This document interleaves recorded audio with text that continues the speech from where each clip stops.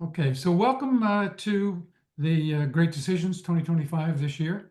And tonight we have former Ambassador Ken Quinn, and Ken will be introduced by one of our board members, Sue Tempero. And Sue, we'll turn it over to you to make the introduction.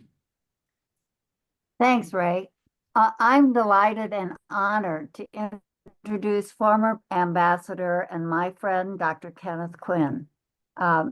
He has a great experience with foreign policy, ranging from his time as a civilian foreign officer to most recently retiring as president of the World Food Prize in Des Moines. Dr. Quinn attended Loras College in Iowa with a dream to be a foreign service officer. Well, that dream was realized and much more. His exceptional achievements and recognitions and extensive assignments include being a civilian foreign service officer on an assignment to USAID stationed in Vietnam, Cambodian border, where he replaced U.S. Army major and commanded a military advisory team in a combat setting. As a result, he received the U.S. Army Air Medal for over 200 hours of combat helicopter operations. The award was presented by Senator Dole. He also received the Secretary of State Medal for Heroism and Valor for 4 life-saving rescues. In 1973, he was acknowledged as the first person to report on the genocidal Pol Pot regime. In 1974, he was transferred to Washington, D.C., and was a member of the National Security Council with Henry Kissinger. And he served as Vietnamese interpreter for President Ford, and President Carter sent him to Hanoi to begin the post-war process of accounting for POWs and MIAs. He personally negotiated in Vietnamese the first ever entry by U.S. military team into North Vietnamese prison to search for POWs and MIAs. And after the war, he was deeply involved in alleviating the suffering refugees from Indochina and returned to Iowa to work with Governor Robert Ray in welcoming the boat people to Iowa. In 1994, President Clinton approved the Presidential Distinguished Service rank, the highest recognition for a career Foreign Service officer. He was appointed by President Clinton to be the ambassador of Cambodia. But as a career Foreign Service officer, the decision to nominate him was made at the State Department, as opposed to the White House. Senator John McCain testified at his confirmation hearings. Over 3 years, from 1996 to 1999 in Cambodia, Ambassador Quinn and his embassy won the Global Director of Central Intelligence Award for exceptional political reporting and analysis, the only embassy so honored. At his retirement from Foreign Service, Secretary of State Madeleine Albright presented him the Award for Heroism for responding to a call from Senator Orrin Hatch with the only American flag on his car, driving into heavy fighting to rescue Mormon missionaries. So from the killing fields to the field of dreams, in 2000, he returned to Iowa, building a Nobel Prize for Food and Agriculture, and was named president of the World Food Prize Foundation, a position he held for 20 years. In addition to his numerous awards and recognitions, he was nominated for the Presidential Medal of Honor by Senator George McGovern, who said, whether promoting human rights and democracy, rescuing refugees so they might live in freedom, risking his own life to protect our nation as an American ambassador, countering terrorism, or patiently waiting for the World Food Prize and making it into America's own Nobel. Ken and his wife have been married 50 years and live in Des Moines and have 3 grown children pursuing their own careers. They've lived in Vienna, the Philippines, and Cambodia. In Phnom Penh, when Ken's embassy was there, his embassy was struck by a rocket and then ringed in automatic weapons fire like a mass shooting. They covered their children with their bodies to protect them. There's so much more to tell, but I'll let Ken share more with you about that. He is fearless. So one intriguing aspect of your career, Ken, is that it's said that you are the only person to ever defeat Vladimir Putin in an election. What's that story about? Wow, Sue, thank you for that incredibly generous introduction. In 2019, the World Food Prize and me personally were nominated for the Peace Prize from Slovakia.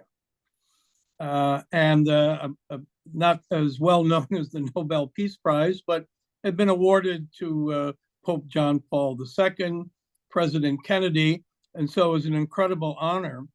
But as was revealed to me, when after my name and the World Food Prize name was put forward, someone put up and said Vladimir Putin should be getting this award.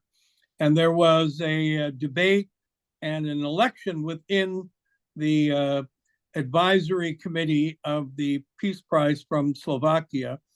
And I was told informally that I got 30 votes and Putin got 3. So at least a guy from Iowa and Dubuque in arm wrestling with Vladimir Putin put him down, or at least that's the way I like to tell the story. But thank you for bringing that up. Sue is a great friend, and we were partners and collaborators in 1979. She was working for the Des Moines Register when Iowa, under the leadership of Governor Ray, Republican governor, not only reached out to save the boat people refugees, but carried out a program called Iowa Shares that rushed food and medicine and doctors and nurses to the Thai-Cambodian border to save countless lives of Cambodians who had escaped the Pol Pot regime. So Sue, you know, a special place for you in my memory, and thank you for the friendship you and Dick showed to me and my family. You know, Betty, Indianapolis maybe, you know, suffered a little bit of its identity, but behind me here is an image of Des Moines. And if you think you've suffered, you know, Des Moines, sort of really flyover country here. But until Xi Jinping came to visit Iowa in 1985. But I have, you know, there's some Indiana, Iowa connections as well with Purdue. I know you and Ray, Betty, both have association with Purdue. Several of our World Food Prize laureates, winners of the $500,000 World Food Prize for a breakthrough achievement in feeding people around the world, include Dr. Gebisa Ejeta, who has a National Medal of Science, originally from Ethiopia. President Akinwumi Adesina, PhD from Purdue, finishing up 10 years leading the African development. Hey, Mitch Daniels would come over from Purdue to attend the ceremony where we gave the prize. Phil Nelson was a third. They brought the Purdue Glee Club that got everybody up, standing, singing the Purdue fight song in the Iowa State House where our ceremony was held, including the governor and our senators. They're all standing up with the Purdue Glee Club, and it's 4 days before the Purdue Iowa football game. So I was in a lot of trouble for arranging that, had to have special security.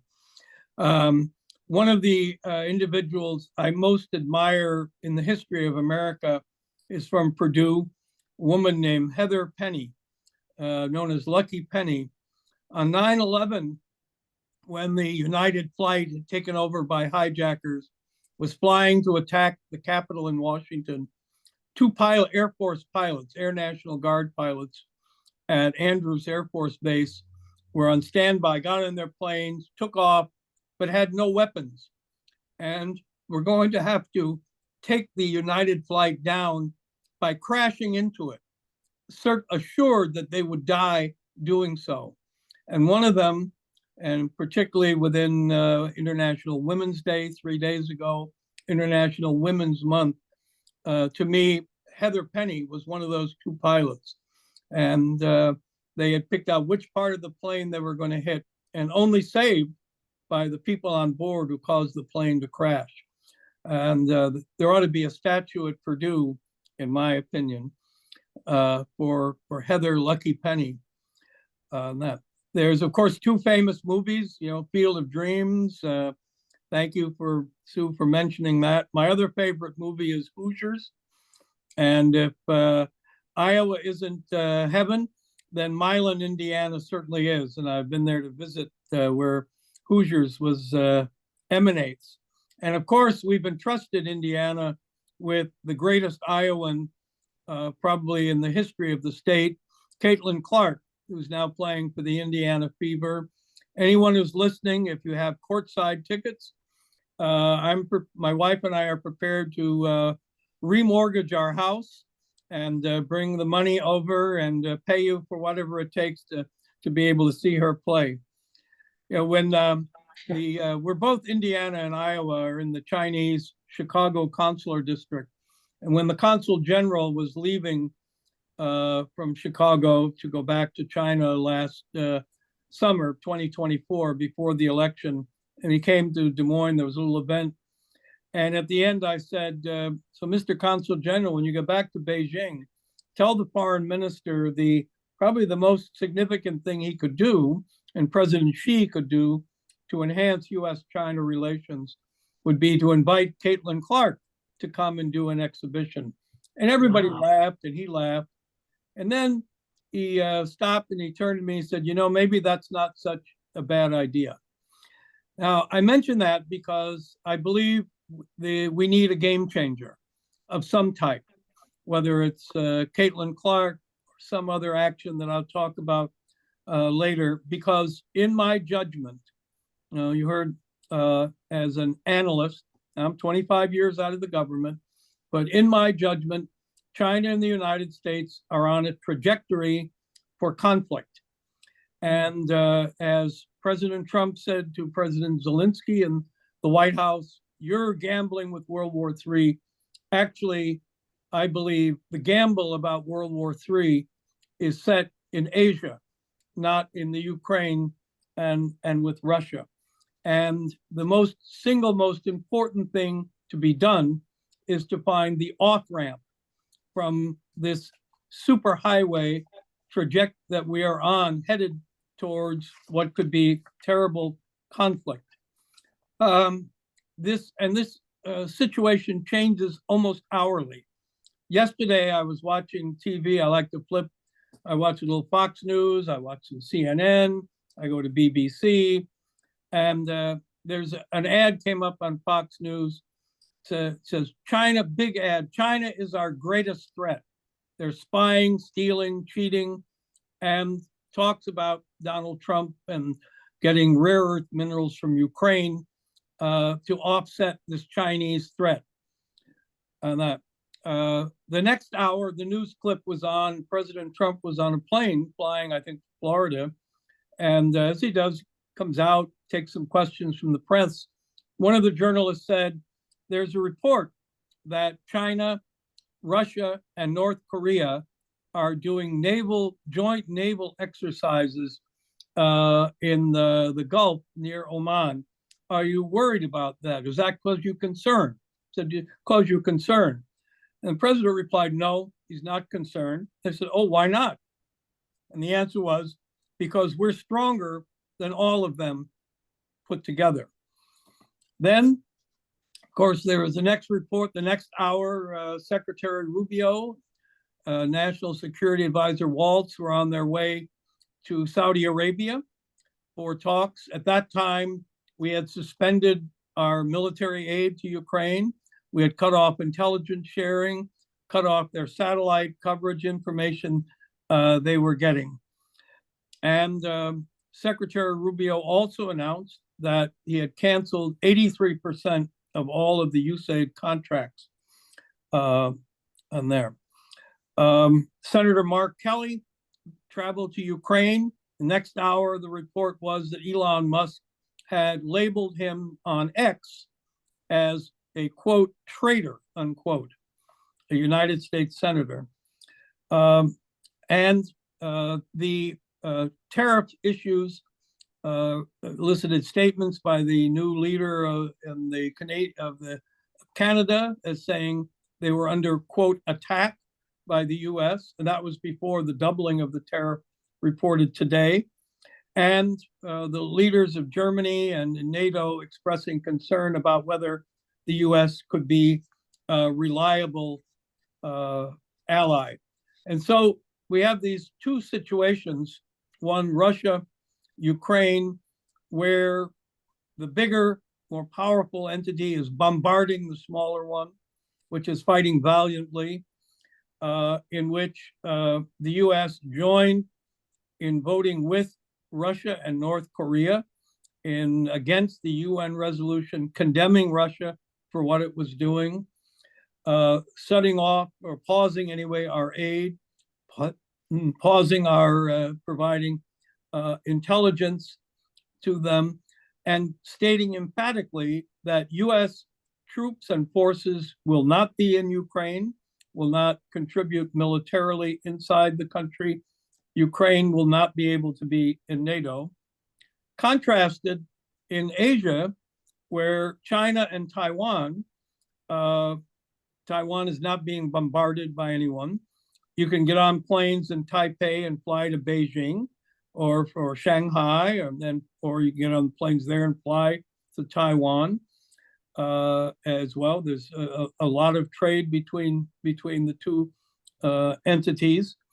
And but there, the aid has been turned on by the United States. In fact, most foreign assistance was frozen, but some $800 billion $800 million of aid to Taiwan has been released and is going to Taiwan.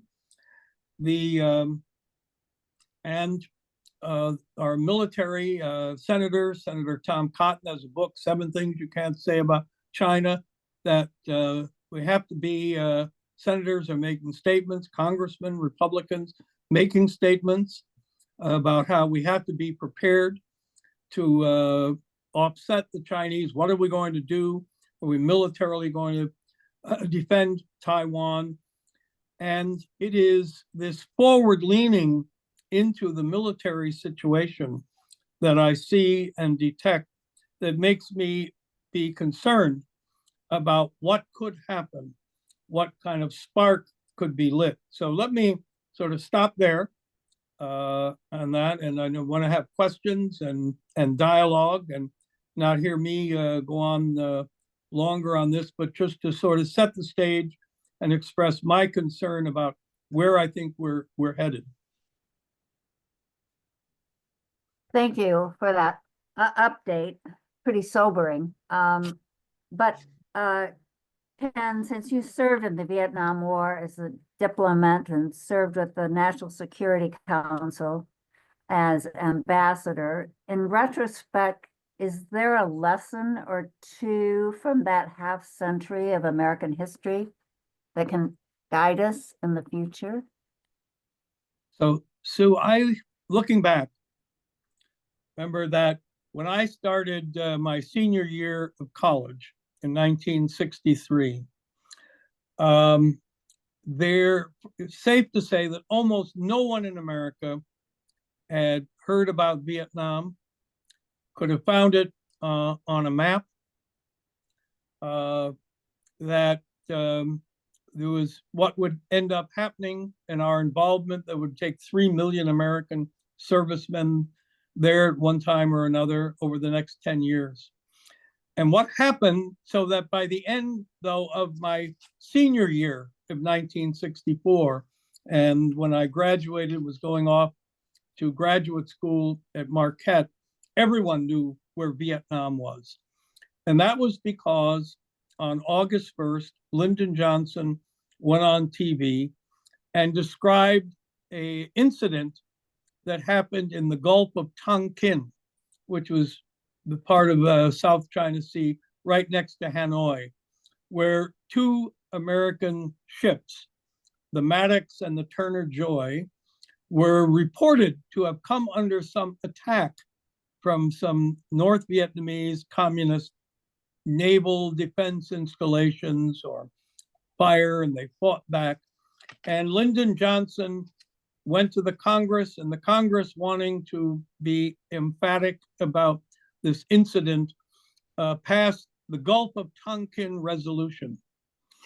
And within a year or more, there'd be 450,000 American troops in South Vietnam, climbing to 500,000. So one incident like that. So just imagine in an atmosphere like we have now, where China is at such a central place in the view. The Chinese Communist Party is viewed with such hostility and disdain. You agree? I'm not arguing that it should be or shouldn't be. I'm just saying it's the reality. Imagine an incident like what happened with those two Navy ships. Somehow ships, planes come in contact near each other. Some incident happens that could set off a conflict and war between the United States and China, because there will be built into the political processes in both countries an inability to back down, to appear intimidated. And this could be the kindling, like starting a fire in your fireplace, that could set a blaze that could be gambling with World War III.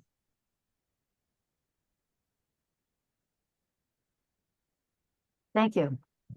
Yeah. Well, you had multiple experiences during your diplomatic career involved with USAID. In your view, what are the implications of the dramatic and drastic reduction in USAID programs around the globe? So I've been out of government for 25 years. I don't know some of the programs I hear people talk about. I understand why taxpayers would say, if we're doing that, that seems crazy, and we shouldn't be doing it. But I would say this: I'm, as someone who worked in USAID, I know the sacrifices that were made, particularly in places like Vietnam and Laos, Cambodia, Africa, where I know Betty had served, and there was at the USAID headquarters a wall of honor on which are inscribed 99 names of Americans who died in the line of duty, serving with USAID, just since USAID was created by John Kennedy in 1961. USAID became the single most impactful global national development organization any country had ever created. And John Kennedy, it was his testimony to him, great president, inspiring figure to me, World War II vet, wounded in World War II, started this and had programs all over the world. Norman Borlaug, the Iowan father of the Green Revolution, man who, when great famine and poverty and hunger and starvation and hundreds of millions of deaths were about to sweep over South Asia, Iran, Middle East, Egypt, comes there, and brings his miracle wheat that he developed in Mexico and saves off that famine and receives the Nobel Peace Prize in 1970. USAID was at the forefront of that. When I was in Vietnam in 1968, I like to think of myself as a foot soldier in the Green Revolution. I was out working in villages in the Mekong Delta as we were introducing miracle rice, developed by a man named Hank Beechel, Sue, from your home state of Nebraska, World Food Prize laureate. And the Green Revolution, led by American PhDs and graduates from land-grant institutions like Purdue, like Nebraska, like Iowa State, like Minnesota, like Texas A&M, were leading the Green Revolution, which was the single greatest period of food production and hunger reduction in all human history. And USAID had this proud role in doing that. And I was so proud to be part of that. I was proud to serve. I had friends who were blown up and maimed to this day from being in Vietnam. I suffer from Agent Orange from being there. I carried the body of a USAID colleague off the battlefield to ship his body home, who died there. And the way that USAID, the name was ripped off the building and it was unceremoniously referred to as evil by Elon Musk, was heartbreaking to me. And I found very difficult to understand. Marco Rubio has saved 18% out of that. If somehow the other, this 80, 81, 82% was being misused, or I'd be stunned if that's the case. But here's the thing that doesn't get mentioned is that we face in the next 25 years the single greatest challenge that human beings have ever had to confront on our planet. And that challenge is, can we sustainably produce enough nutritious food and trade it so to feed the 9.7 billion to 10 billion people who will be on our planet at that by the year 2050. And we are not on course to do that. We need some type of moonshot in science to have even more productive seeds on that, but we have to deal with the vagaries. If you don't want to call it climate change, climate volatility, because no one can deny the climate has become more volatile. Droughts one year, floods the next, preventing pandemic animal diseases and plant diseases. All of these are threats to the global food supply. And we need to, and most of all, we need to have global peace. And we need to have peace between China and the United States, because China and the United States are the two leading countries in terms of agricultural science, enhancing food production, and dealing with this incredible challenge. And if we are in conflict with each other, then the world of 2050 will be in such turmoil. Starving people will be moving in huge numbers all over the planet, searching for food. The southern border will be a minor memory compared to the numbers of people who will be out desperately trying to find food.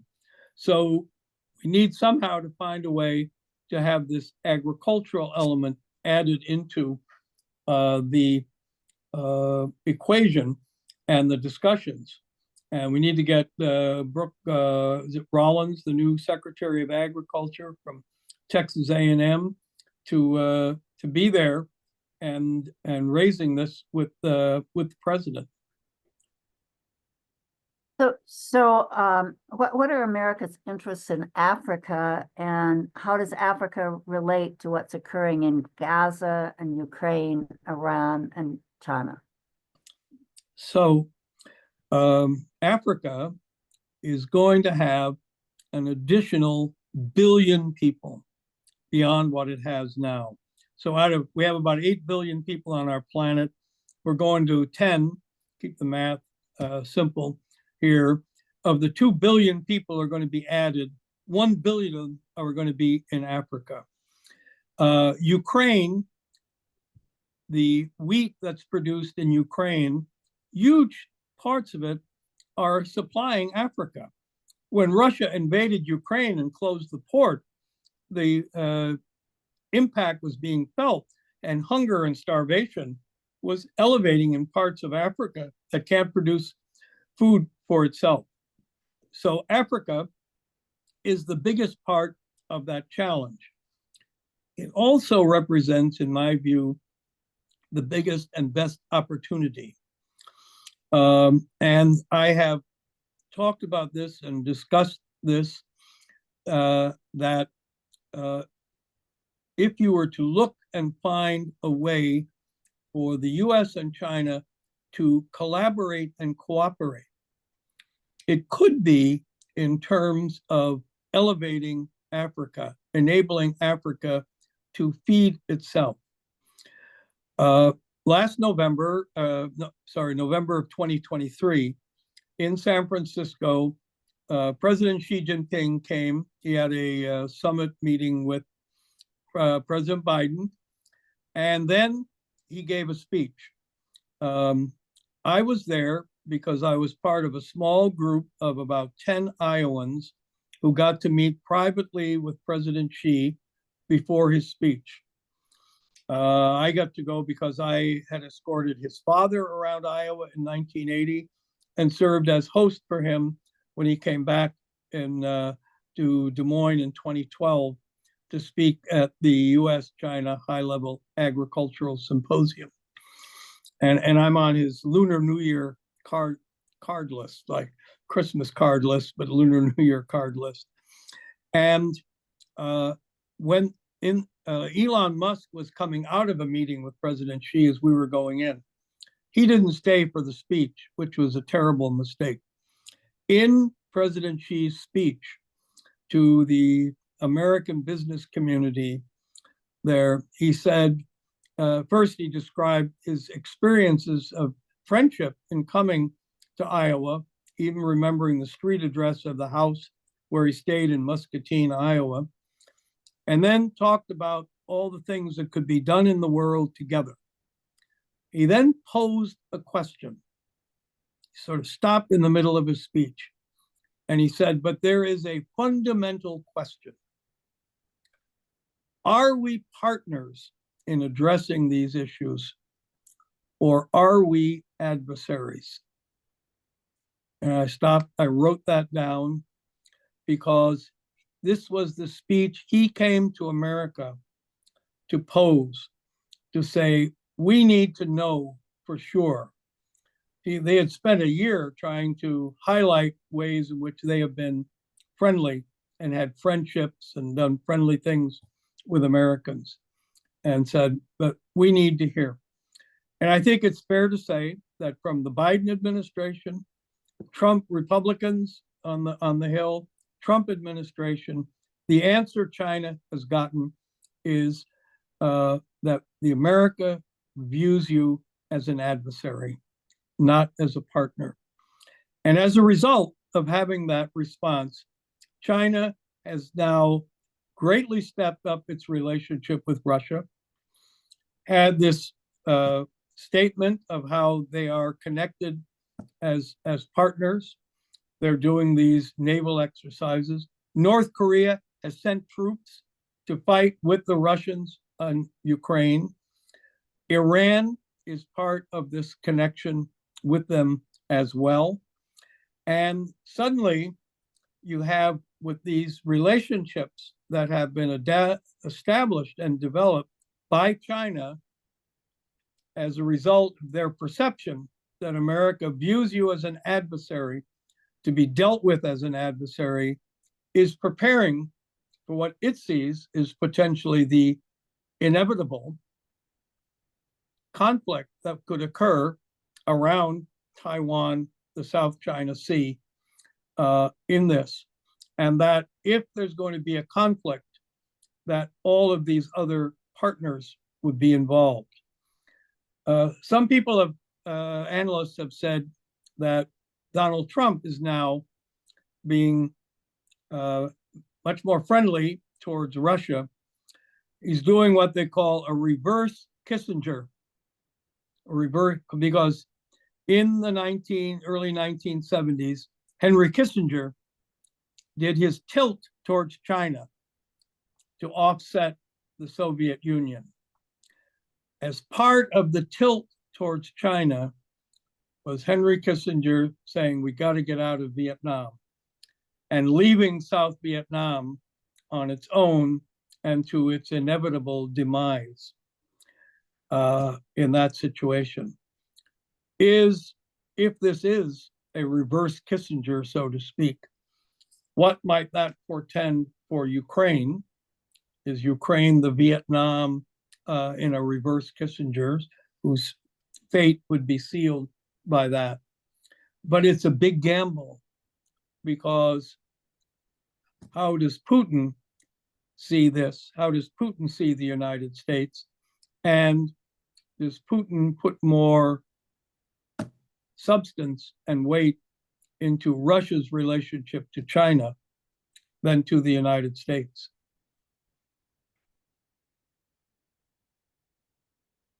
Thank you. To just switch a little bit, Yes. go back to the idea of climate change, which is divisive in America at this point. As are issues surrounding biotechnology and GMOs, the use of fertilizers and pesticides, food additives, and nutrition. How do we find common ground on any of these matters? What is the status of science and agriculture and medical research at universities like Purdue and the University of Indiana? Like USAID being the #1 greatest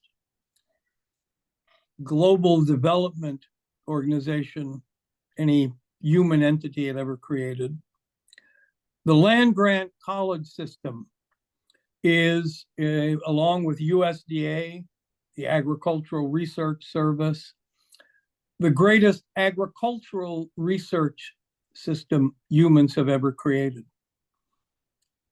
And the medical universities, I guess in Indiana, the medical schools at the University of Indiana in Bloomington, I don't know, or is it in Indianapolis, wherever it is. I'm sure you have a great university, state university hospital there. In Iowa, we have one at the University of Iowa.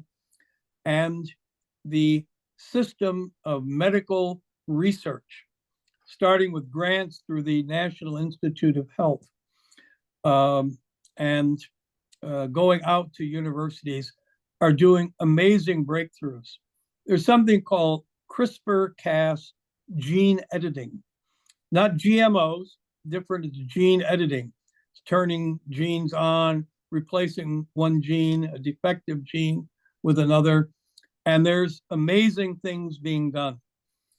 I had a diagnosis that I was going to go blind. And doctors at the University of Iowa saved my sight. And as part of this, I learned about the gene editing, how almost like in the Bible, medical scientists are able to take someone who is blind since birth because of a genetic defect in their retina and take cells out of the retina, remove the defective gene and replace it with a good gene, reinsert it into the eye, and as the new cells propagate, people who are blind can be made to see. This is being done at Harvard University and Associated School. It's being done and embedded in other universities. However, all of these systems, the agricultural research system, the medical research system, USAID, are being torn asunder or badly damaged. The National Institutes of Health reimbursement system that built this incredible research system of schools is being halved, so that those programs are going to be diminished and start atrophying. And we are, as I've testified several times, we are, if not already surpassed by China in agricultural research. The medical research could follow if these cuts are not undone.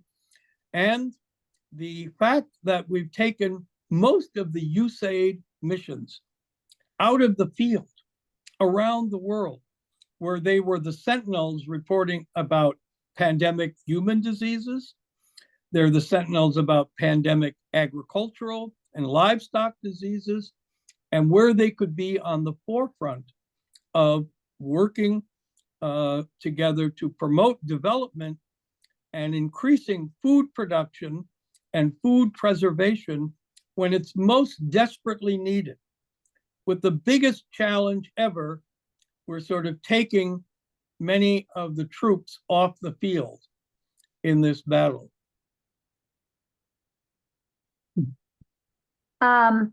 Well, just to go another direction, what does the Canadian election of Mark Carney as its new prime minister suggest about the way our closest allies and trading partners are preparing to respond to the new tariffs that President Trump is implementing?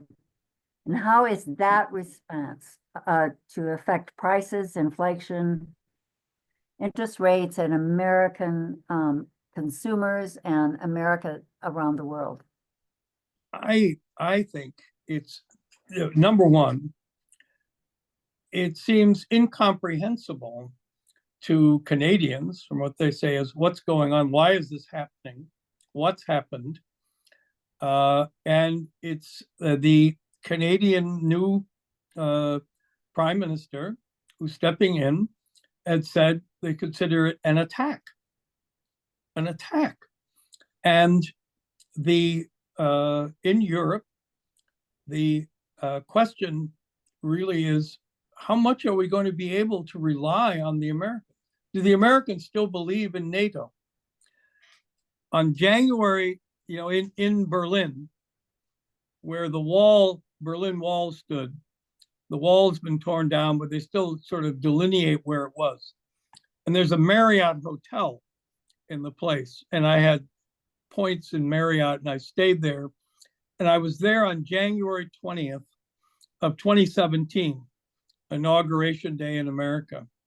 And as I walked out the door into essentially where the Berlin Wall had been, I said to myself then, no, that Germans must be, for the first time since World War II, turning and looking towards Russia and thinking, are we back where we were then?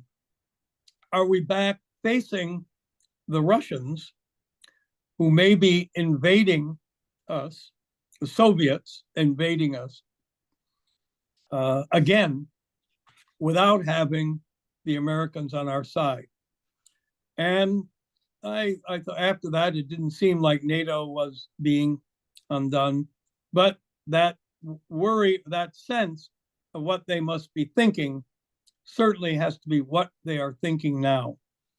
And President Macron is talking about sharing nuclear technology and nuclear weapons, because suddenly the prospect of we're going to have to be on the battlefield ourselves, whether it's with Ukraine or not, or in other instances, that seems to be the way they are looking at the world. So this, it reminds me, I was going to run out to the local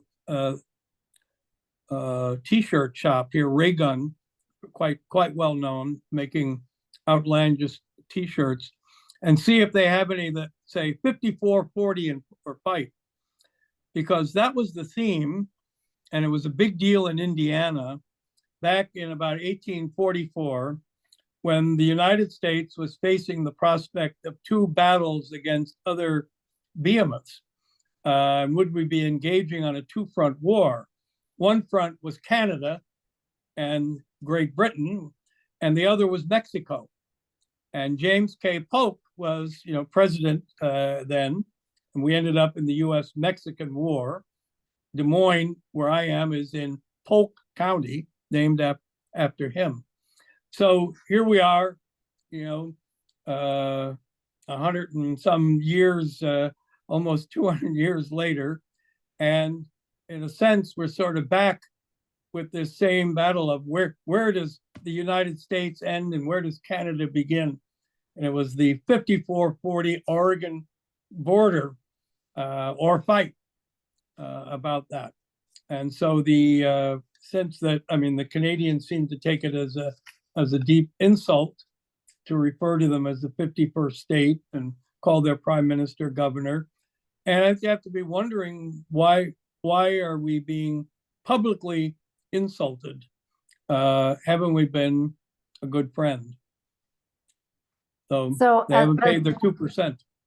As a citizen who tries to be educated and keep up with what's going on, and I'm really concerned and committed to democracy. I'm really concerned about our diplomacy and where we stand. Can you kind of explain what you mean by citizen diplomacy? Yes.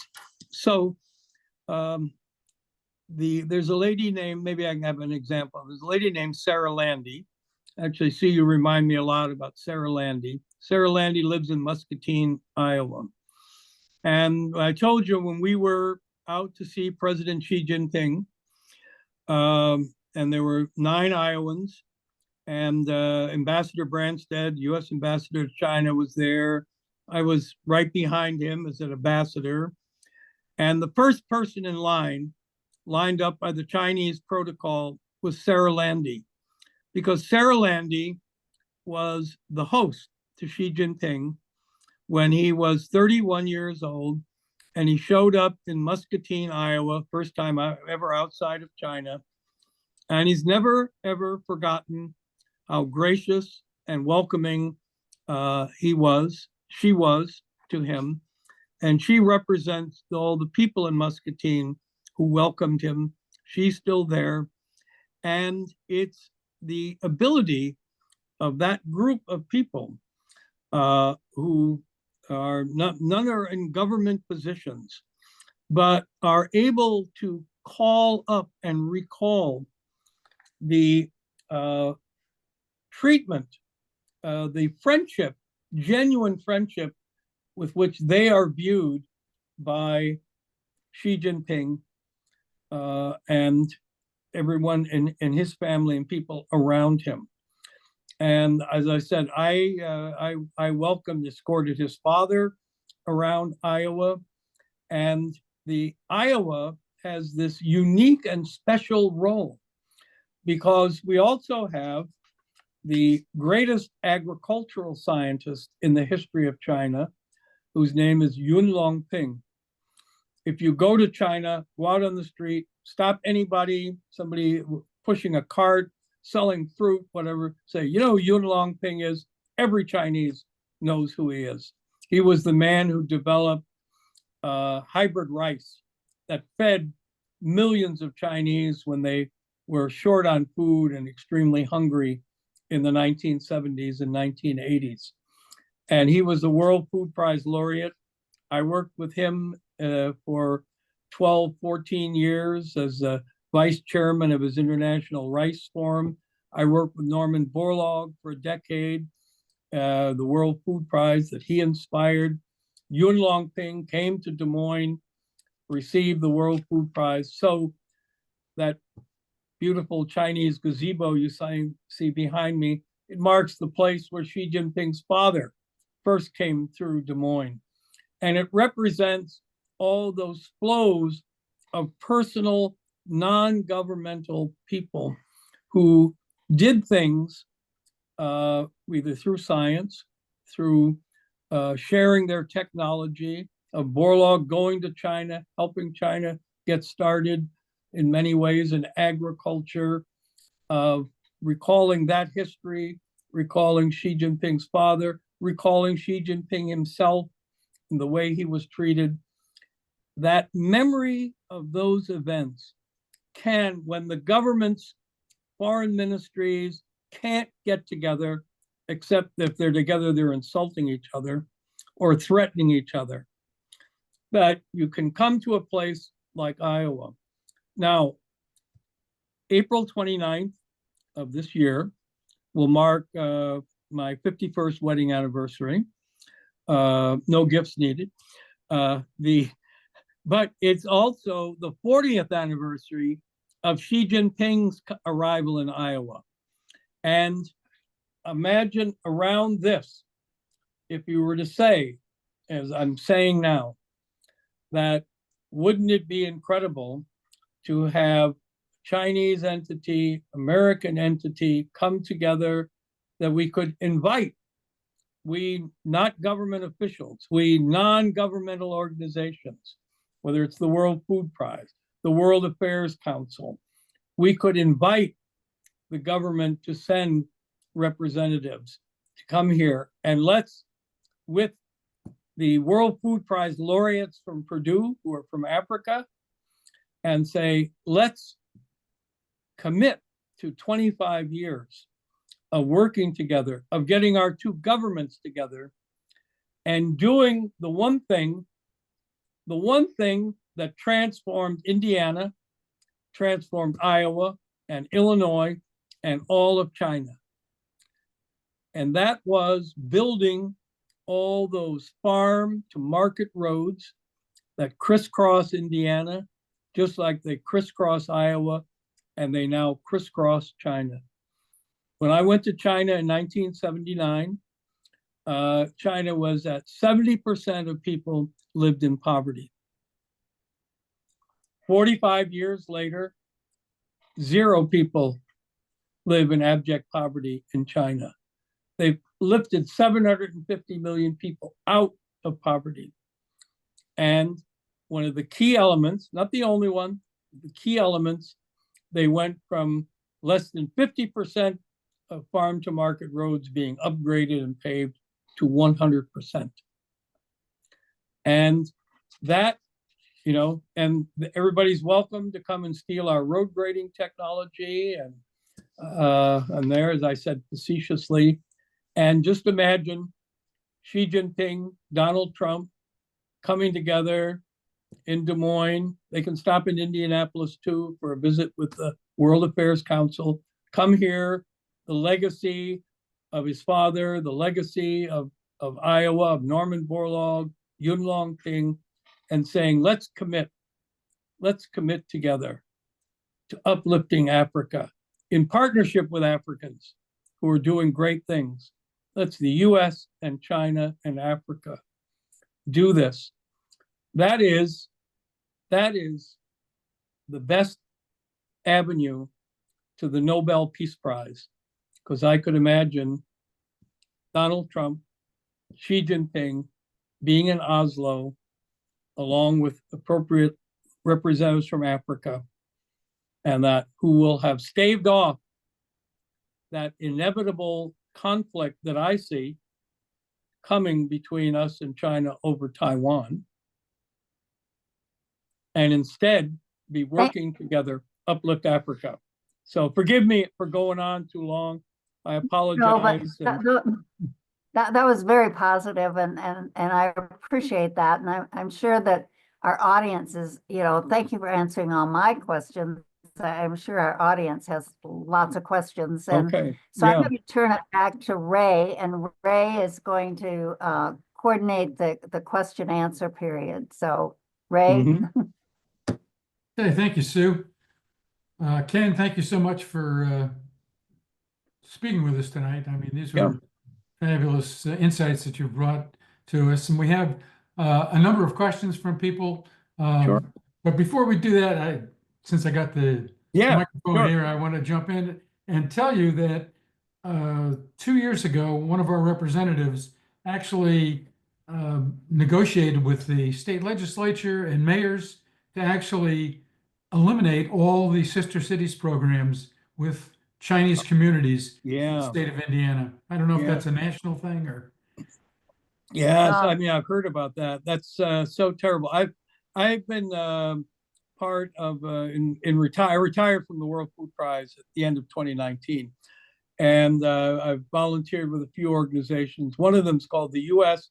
Heartland China Association, and I think the mayor of Mount Carmel was part of this. And then I remember hearing about that there was uh, got to be a pretty big political dust up, and sister yeah, cities and organizations. I didn't know it was all of them or just about yeah, China, but somehow viewed there. I mean, I believe traveling by legislators. We should have everybody in the House of Representatives, everybody in the Senate. They all ought to go to Russia. They all ought to go to China. We should have them come here. I believe it's those are buffers there. And remember, I like to tell a story. Is 1959 the single most dangerous moment in the history of our planet, when U.S. and Soviet missiles were poised to be fired at each other. And I remember this very, very vividly. And Premier Khrushchev came to the UN and had an invitation to come to the Garst farm in Iowa. The State Department gave its approval, and he came to Iowa and goes out to Roswell Garst's farm, west of Des Moines. And the press follow him. And he stands at the corn crib and he holds up an ear of corn. And he said, "Why can't I have corn like this in the Soviet Union?" And Garst sends his nephew, named John Crystal, over to as an informal small A ambassador of agriculture, back and forth to the Soviet Union over the next 2 decades. They never discussed nuclear disarmament or not firing missiles, but they showed and demonstrated that there could be room for some understanding, some collaboration. They reduced the tension and contributed so that the missiles were never fired. yeah. And to me, I have a building here filled with paintings all about great moments, citizen agriculture. And that's one of the paintings. That's the lead story. All right, well, thank you. So we have some questions lined up here. So Yeah. Gene Bruce, you out there? You're ready to go? I am here. Ken, I'm a fellow Vietnam veteran. In fact, Hey, I was there for a no couple of kidding. years, probably the same time you were.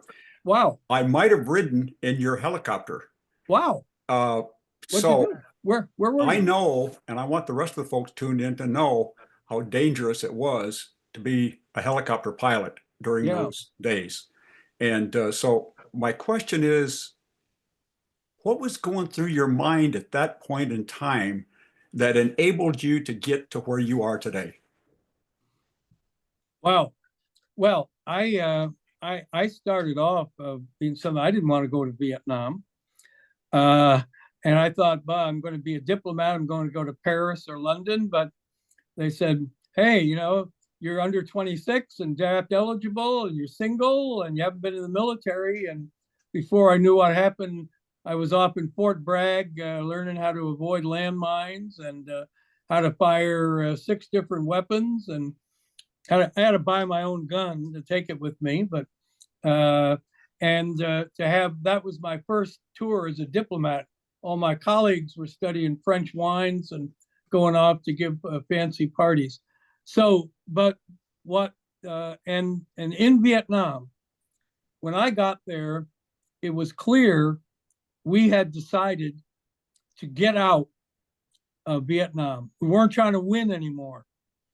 And yet, military people like you, I wasn't in the military, but I was commanding military people in combat. So I had the same experience, same risks there, and you could die. And nobody wanted to be the last one to die for a cause we weren't trying to win. But there was a bond among Americans, and there was a bond among Americans to each other in combat so strong that it overcame even racial differences. Only time in my life as an American, I truly believe race totally disappeared, because if you were stuck, even though you'd never met any people, if you were in danger, they'd come for you and you went for them, and whatever the color of their skin, religion, ethnicity was. And so being part of that experience was so broadening to me, so different, and that it then resulted in my going back, getting plucked off the Cambodian border and brought to Washington to be on Henry Kissinger's staff. And so I had this sense that America and Vietnam was this incredible adventure, this incredible epic event, an epic event. And I somehow had been thrust into the middle of it, and I was taking away from it. And I was going to, in fact, leave at one point. And a journalist, I had an assignment. I was going to go to Harvard and study European labor relations, get assigned to Western Europe, as I dreamed. And a journalist said, "Why would you want to go and do that?" And I'm sitting, we're in a boat riding down the Mekong. I call it Epiphany on the Mekong. And I'm sitting there and thinking about, and he said, "You're here, you're in the epic event of your generation. You speak the language, stepping through the cultural barrier. You're making a difference. You're doing these incredible things." And I'm sitting there, and finally I said, I don't know why I'd want to go and do that. I hadn't been smart enough to ask myself that question. And that night I went back our team house, and I wrote to the State Department, said, "I don't want to go to Europe. I don't want to go to Harvard. I don't want to go to Europe. I want to stay in Vietnam." Now, normally, when there's such clear signs of mental instability in the diplomat, you're brought home immediately. But they were desperate for guys to stay in Vietnam. So I ended up being there for 5 years, set the course of my life, and I did things I never could have done except for that experience. I was flying with the 71st Air Cav out of Bin Long, so I don't know where you were, but 1st Infantry Division, 3 Corps. 3 Corps, all right. Thank you. Yeah. All right, thank you, Gene. Next up, we have Denise Franklin. Hello, Denise? I've really enjoyed what you've had to say so far. Thank you. And a couple of your comments brought back to mind how much attention should we be paying in the United States to the water crisis that's going on in Africa, has been going on in Africa. One would certainly think USAID would be the front line on that, but under the current administration, what are our options? So there's, the question I learned was that you posed, wherever you are, whatever you're doing, is to whom do I have an obligation? To whom do I personally? To whom does my family? Does my church or religious organization, my business, my family, my state, my city, my community? To whom do we have an obligation in the world? And Herbert Hoover was the only president born in Iowa, failed president, Great Depression, but arguably the single greatest humanitarian American has ever produced. Working for a Democrat, for Woodrow Wilson, takes food from America to feed 800 or 900 million people in Europe, including in the Soviet Union, for a decade, and does it again after World War II. And he was said of him that he answered the question, am I my brother's keeper? To whom do I? He saw this. We have an obligation on that. I mentioned Governor Robert Ray and Sue Tempero and Iowans under Governor Ray, Republican governor's leadership, saw that we had an obligation to refugees who were suffering, dying at sea, striving to live in freedom, Cambodian genocide victims dying at the Cambodian border, 50 to 100 a day, to rush food. Iowans all across the state send in money to doctors volunteered to be sent there to go and save lives. Iowans and Iowa and the government all believe we had an obligation beyond our borders. Norman Borlaug, a statue is in the US Capitol, arguably the greatest American agricultural scientist, died on his deathbed, said, "I have a problem, Africa," because he believed we had an obligation to be there feeding people in Africa who are, like refugees from Asia, as different from us in every way that they could be. And so what I grew up with, my sense, these great figures of Iowa history, is that we should be, that God gave us an incredible array of gifts. I was the coordinator for the Pope's visit here in 1979, John Paul II. And in his homily to 350,000 people who were there, saying, "You are the stewards of the earth, the plants, the water, the land, to grow and preserve them in order to feed all the hungry and starving and to feed humankind." And so I believe there is this, and my personal view is that we have this incredible legacy, and we should not turn away from that now. It is what made Iowa great. I assume it's what made Indiana great, and every state in America, because there always has been this spirit of, we have been given so much, we should share it and build upon it, develop it, make it better, make it more prolific, and then share these gifts with the hungry. I think it's part of the Judaic Christian tradition. It's part of the Muslim tradition during the holy month of Ramadan, as we are right now. And I believe that the instruments, whether it's Catholic Relief Service or Hebrew International, Lutheran Immigration Relief, Church World Service, non-denominational NGOs, these are all part of the glory of America. And I believe that it should be at the center of what we do now. And my hope is that between the Congress and our political leaders and governors and states, that we will continue to do that. And I believe dealing with and helping Africa would be the central part of that.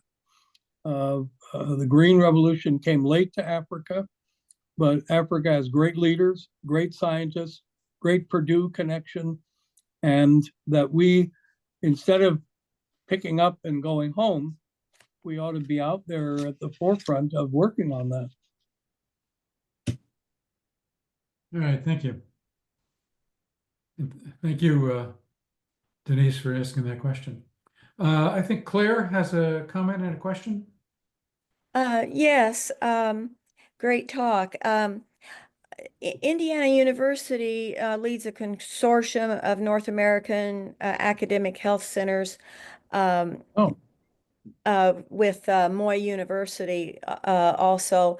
And I was just wondering if USAID, our withdrawal from the world stage,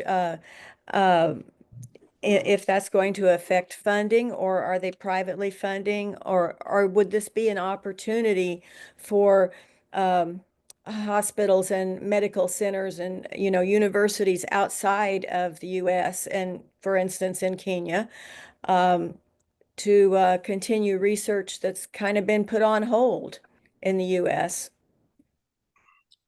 I'm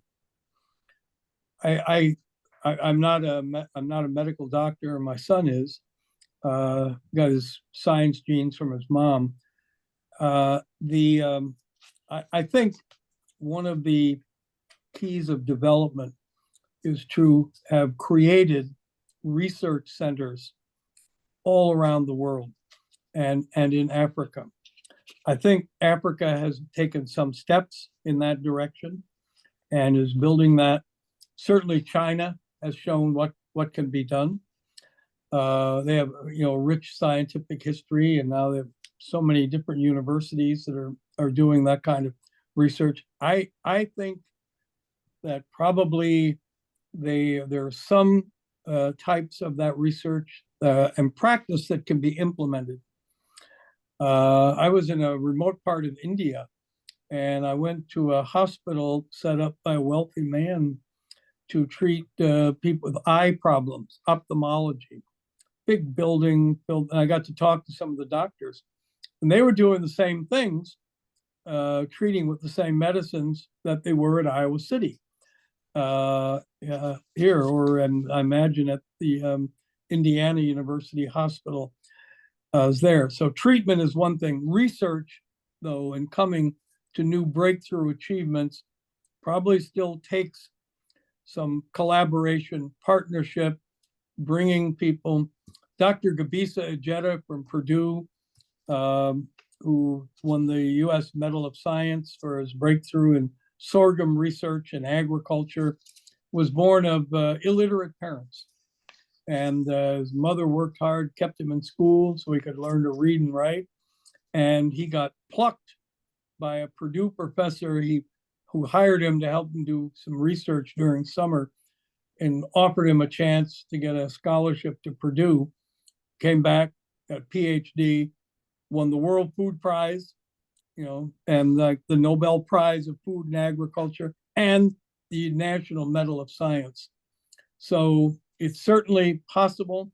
It takes some collaboration along the way, and then having these centers take off and fly and do great things. Some of it might get picked up, but my fear is that the US getting out of it will mean that a lot of this will stall just when we need it most, just when we were making great strides. What percentage of their budget comes from USAID? Oh, I don't know. I'm not familiar.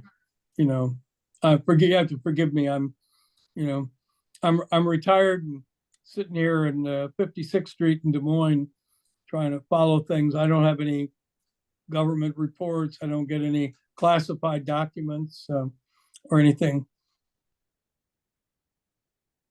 But I have time to think and assess and hopefully stimulate some questions and provoke and offer some thoughts based on 60 years of being engaged internationally. All right. Well, thank you for that question, Claire. Betty Townsend, you have a question? Yeah, I do. I am going to actually, these are Larry Chimino's questions. Larry had to leave early. He was also on our board. But I wanted to say, Ken, you mentioned some organizations that could step in and address some of these issues. For example, Catholic Relief Services, I had one of my contracts was with them. I love them. $3 billion budget, half of which came from USAID. I contracted with like National Democratic Institute for International Affairs, all of these groups, all of their money came from USAID. Yes, that's right. World Vision, all of these faith sharing, non-faith sharing, a significant portion of their budgets. USAID was a name. It's kind of like UN is a name. Yes. And it was the tentacles. They gave the money out to other entities, NGOs, nonprofits, to faith-based to provide the services. And so I don't know how they're going to be able to step up without money. And also someone mentioned science, all the science initiatives and all the things, it's just been cut off. Anyway. So Elon Musk said last night, I saw him on TV, and he said NGOs are a huge ripoff, huge way that fraud mismanagement, that there's no way of tracking any of the money that goes to it. And NGOs are entities, which he didn't say they all need to be eliminated, but he attacked the very concept of NGOs. Well, he's showing his ignorance, Ken. I'm sorry. He's showing I'm not, maybe his specialty is cars and rockets, and he should just focus his energy there and make sure those don't keep exploding and what have you. It's obviously not an empathy regarding these particular programs. This isn't his area of expertise, and it's really a shame that he's unleashed this because, as you know, the USAID was a data collection, national security. It was a whole host of other things, in Yes, addition to lifting the least among us up, which was its major mission. But it was a key partnership for future trade. It was so many things. And I'm with you. yes, yeah. When they literally just took those unceremoniously, the name off the building, I wept. Yes, It was yes. just really. But So- the questions that Larry had were interesting. I'd be interested to hear, how would you characterize the key priorities of U.S. foreign policy under the new administration? And connected to that, how does the U.S. plan to address concerns from allies about its long-term commitments, particularly in regions like Europe and the Indo-Pacific? And in the back of my mind in reading them, I'm thinking, well, if you're talking about renegotiating your commitment with NATO, particularly Article 5, or pulling out altogether, how indeed do we characterize the key priorities of our foreign policy and also a long-term commitments in Europe and Indo-Pacific? How do you see it? Well, I think, I'm like everyone, I'm sitting there trying to listen, absorb, and understand. It seems to me that right now, the people who are leading the major institutions that make up our national security sector of our government, state defense, National Security Council, National Security Advisor, intelligence, Tulsi Gabbard, and such. There's not very much experience of dealing with global issues in any of this. Most of them have had government jobs at much lower ranks and positions. There doesn't seem to be an effort to reach into the Congress to have any of the most experienced members of Congress to be intimate partners in this.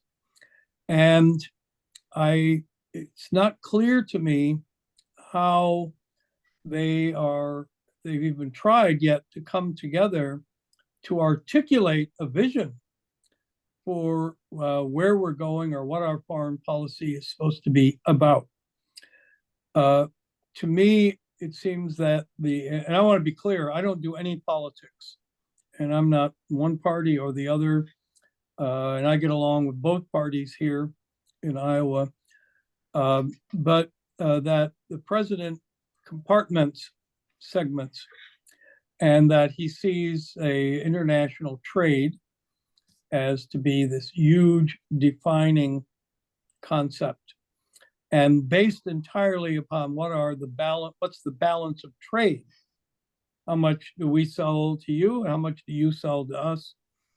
And his view is that everywhere you look, we are taken advantage of because we are buying more, so sending more of our money to those countries than they are buying from us. Now, there's another metric, which is called balance of payments. So with Canada, balance of trade is how much steel, aluminum, dairy goes across the border. How much does it cost in US dollars and going each way. But then there are all the Canadians who come into the country and spend money here. And when you add in how much money is spent by people, how many other kinds of money transfers there are that aren't about trade, but are other ways that money flows in, the gap is not as big, at least in US and Canada. No, the president has very strong feelings about the EU. He repeats them again and again, and tends to see our relationships measured in those dollar terms of what's the balance of trade. So there's no good balance anywhere in this, and he wants to right it. Secondly, I think the terms of making America great again, as best I could tell, the president's view is that the America of when he and I came of age was of states like Iowa, Indiana, West Virginia, and others. And you had businesses and factories all over the place. And if you went and got a high school degree and you were a boy, you could then get a factory job and have a good job, raise money. You could even send your kids to college, pay for them to go to college. I was the first one in my family to go to college. And that world, that life, that what made America great, I think, in his view, it needs to be restored. And he's endeavoring to do that with the idea that if you put in enough tariffs and you can force people who build manufacturing plants to build their cars and ships or whatever else here in America and not in Canada or Mexico or wherever, that we will be, going back to the America that was great. That seems to me, and to do that, you want to have they have these protectionist ideas, not be spending your money in Africa. We ought to be spending our money in America. So it's a different philosophy, a different approach. And I'm not sure that I see the influences in our society that are going to convince him to change directions. Do you believe that he's coachable? I've never met the president. I only sit, and watch from a distance. Certainly seems to me that when there are certain people that he talks to and hears from, and that he's very affected by what they have to say, and he takes it on board and listens to them. He's clearly was impressed. He was a man who's been on television and has a significant part of his adult experience was being on The Apprentice and having ratings and seeing people on TV. And if you look at people who, by and large, he's picked, it's people that he's seen on TV and what they are able to say and do and things they convey have impressed him, and he's brought them into his administration in this term.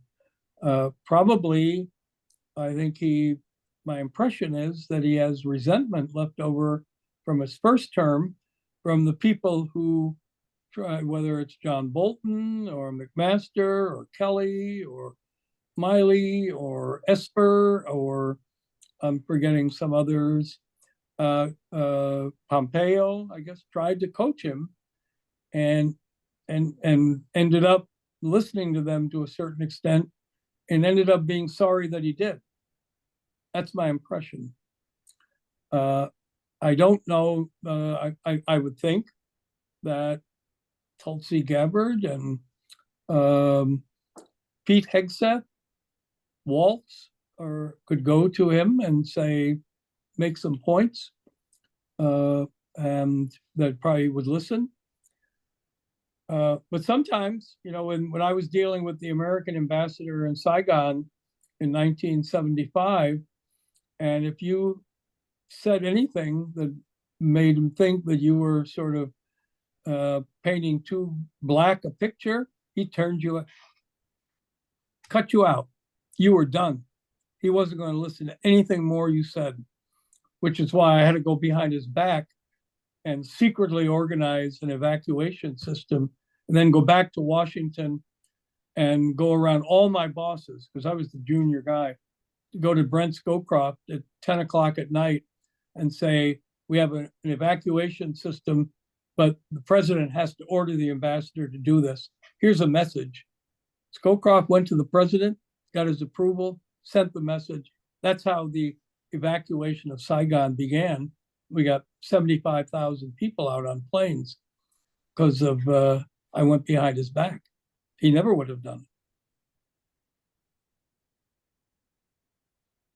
it. Ray, you're muted. Ray, we you're can't hear you. muted.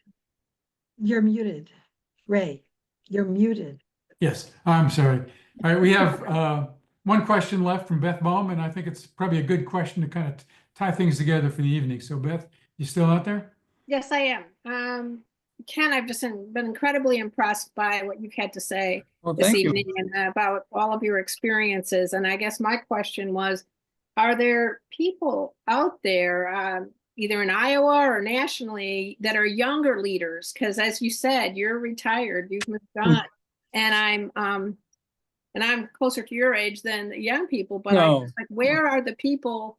Where are the people that could provide some leadership or that share your vision, that would be willing to go around behind their back, the boss or whoever, and have the influence and the Well, experiences to be able to provide some leadership in these times? there was just a story about a dissent message in the State Department signed by about 700 officers and staff. I don't know anything more about that. I was really impressed by that. I think an awful lot of people now are hesitant to speak up or say anything for fear they might be singled out or would be retribution enacted against them. I would have liked to think that there would be in the Congress some, but it seems that that's not happening to the in way or extent that I thought that it would. I look around, the Democratic Party's bench seems pretty thin, and looking at where out of what experiences in America where the next array of leaders would come. Even though I was not in the military service myself, I have said, if I were starting out in politics, particularly if you want to be a Democrat, first thing to do is go and join the National Guard and have a military experience. The military was a great leveler. And I sometimes think maybe if we had a draft again, it would be a good thing, because now our country is divided between education levels, and that those with high school education seem to be more inclined towards MAGA, and to view others with university degrees, advanced degrees, as elites who look down on them. And there's a resentment. The philosopher Nietzsche called it the theory of ressentiment, the secret hatred of those more favored than I am. And I wrote about that in my 1965 master's thesis, and going back over reading it, and I saw this again. And whenever I go out and speak, I talk about my first job out of college. 1964, I wanted to earn money to go to graduate school. And I was hired at the Dubuque Packing Company and working in the hide house. And the hide house is where the blood-soaked animal hides that have just been skinned off cattle in the slaughtering process, covered in blood, entrails, and feces. Each hide drops down into the back of a dump truck. And when the truck is full, it pulls out, another one pulls in, and it drives out and goes over to an outdoor area. There's a cover, but it's outdoor. The truck goes up and the hides all slide down into this fetid heap. And my job was with others, one by one, picking the hides up, laying them down. Somebody threw salt on it. And I tell that story every time I go out and speak anywhere around Iowa or the Midwest or wherever, because I want everybody in the audience who said, oh, you're a PhD, fancy pants diplomat. You think you're so good. You think you're so smart.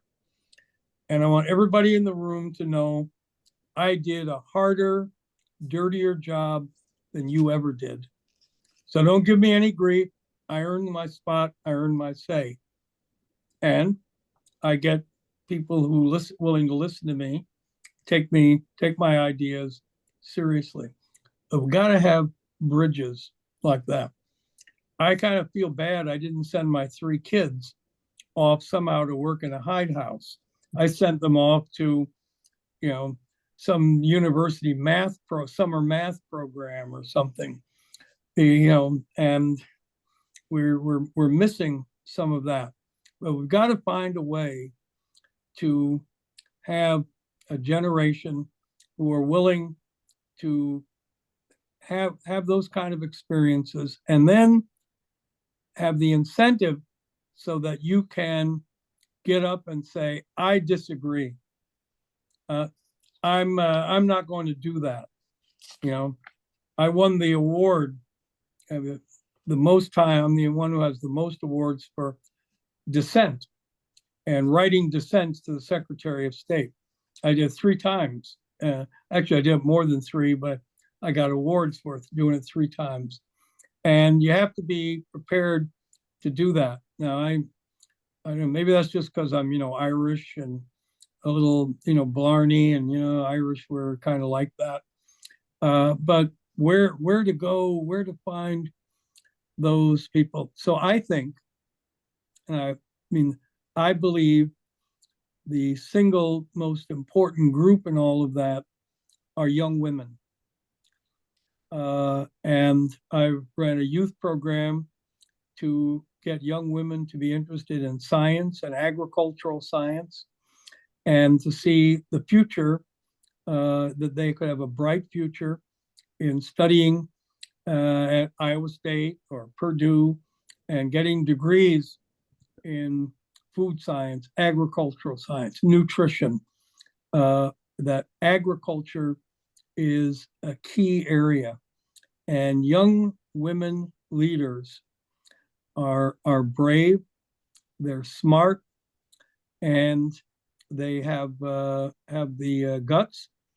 And I think whether they're inspired by the Caitlin Clarks or Taylor Swift, who is I've got 17 Taylor Swift songs in my phone here. And when I get up to talk to groups, particularly that have young women, high school students, college students, and I start off by quoting from Cruel Summer or Karma or that, and 82-year-old gray-haired wizened old white guy, you got to do something to get their attention, else they won't listen. They'll check their phones. But I'm very, very taken with young women, whether at Purdue, at Iowa State, wherever, and I believe if we can look to them and motivate them, encourage them to be out there. That's probably one of the great hopes for us to find where we're going next, because we gotta have a way that people agree with in elections, and to be able to articulate vision. And I think pride in America, that we're coming up in 2026, 250th anniversary of America. And to get high school kids thinking, I say, what are the 10 biggest achievements of the United States of America? And then I'll say, well, you stand up the US Capitol and look at the National Mall, and you see there's the Washington Monument and achieving independence, Lincoln Memorial, winning the Civil War, ending slavery, going to the moon at the National Space Museum, the archives with the Constitution, the longest running democracy, and the World War II monument, but that there are other monuments. And one of them is all those land grant colleges everywhere, taken together, the great achievement. The health research, medical research system that's making blind people see, and other incredible achievements that our country made. Hardworking immigrants, people who are sending their kids off to college for the first time, building this university system that's the envy of the world, building a USAID system, the greatest put together, leading the Green Revolution, the greatest achievement in food and agriculture. All these are the shining diamonds in the tiara on the Statue of Liberty as we celebrate our 250th year of independence. And yet we seem to be taking some of those achievements down and not holding them up as the great shining stars and shining jewels that they should be. And so we have to find people and instill pride in all of those, so that you want to hold them up, not be taking them apart at this day, having achieved so much, to diminish the stature of our country in the world. All right. For what Well, it's thank worth. you. That was an inspiring conclusion to your Yeah. to our Oh, discussion thank you. tonight. Thank you. Thank you. Turn it back to Thanks for Sue having here. me. Sue, you want to? I just want to thank Ken so much for spending time with us, and you gave us some happy, good news, but also I'm very concerned about what's going on in our country, and I think we all need to spend more time trying to learn, but also I'm fully supportive of the concept of citizen diplomacy and personal relationships. So Yeah. thank you. All Thank you right. again Well, so thanks much. for having me. Thank you, Ray. Can I ask a question? I'm sorry, I can't figure out my computer and how to do this the right Sure. way. Sure. Did you know Jackie Bong Wright or her family in Vietnam? I know who she is. Sure. Yeah, Yeah. I had the pleasure of interviewing her, and it was very, very moving. Yes. Her life story. Yeah. She was married to, Professor Win Ben Bum, who the head of, was a great figure there. And now she's married to Lacey Wright. So when I went behind the ambassador's back to form a small group of 3 of us to try to plan some secret evacuation, Lacey Wright was one of the officers I grabbed, and the other was named Frank Snepp, who wrote a book called Decent Interval. And that. So Lacey's a good friend, longstanding friend. I don't know Jackie as well on that, but certainly, been following them all through their, living up in Thailand and California and there, and wonderful guy. Yeah, but she certainly is a remarkable story and inspiring figure, and all of those people, were tragically, at the end, and I was just, trying to get anybody out that we could when the ambassador. So I remember when Lacey and I and Frank Snepp went off, and I said, here, we got to do something. I've got some ideas. And I had to go back to Washington after that. So I've just given a 4-part, tomorrow is my 4th lecture in history of the Vietnam War at Drake. I'll look program forward like to this. being And there. Sue's gonna I'll be be there. there. Yeah, I'll be there, Ken, but I think the other thing is you really set the stage for our next program, which is going to be about NATO. Yeah. And, you know, I'm concerned. I'm not sure what's going to happen in NATO. I think that's going to be a big question. It So is NATO Betty, do you next have any week. other Yeah. comments? so, yeah, Yes, we do. It is NATO next week. And so for those of you who are still with us, and our programs have almost been a prelude. I mean, we literally, Ken, I think this was a tremendous program this evening. And we just, I don't know, we're sort of building toward a crescendo. Our last program is going to be our economic crossroads, which is going to be interesting when you consider the tariffs. But this has been absolutely profound. So thank you thank very you. much. Thank you. Can I give you a Sure. question to ask next week? Yes, of course. Yes. So to me, if there comes, push comes to shove in Asia between the US and China, the question is this: will South Korea allow the United States to use the military bases in South Korea to fight any war, any skirmish, any conflict with China?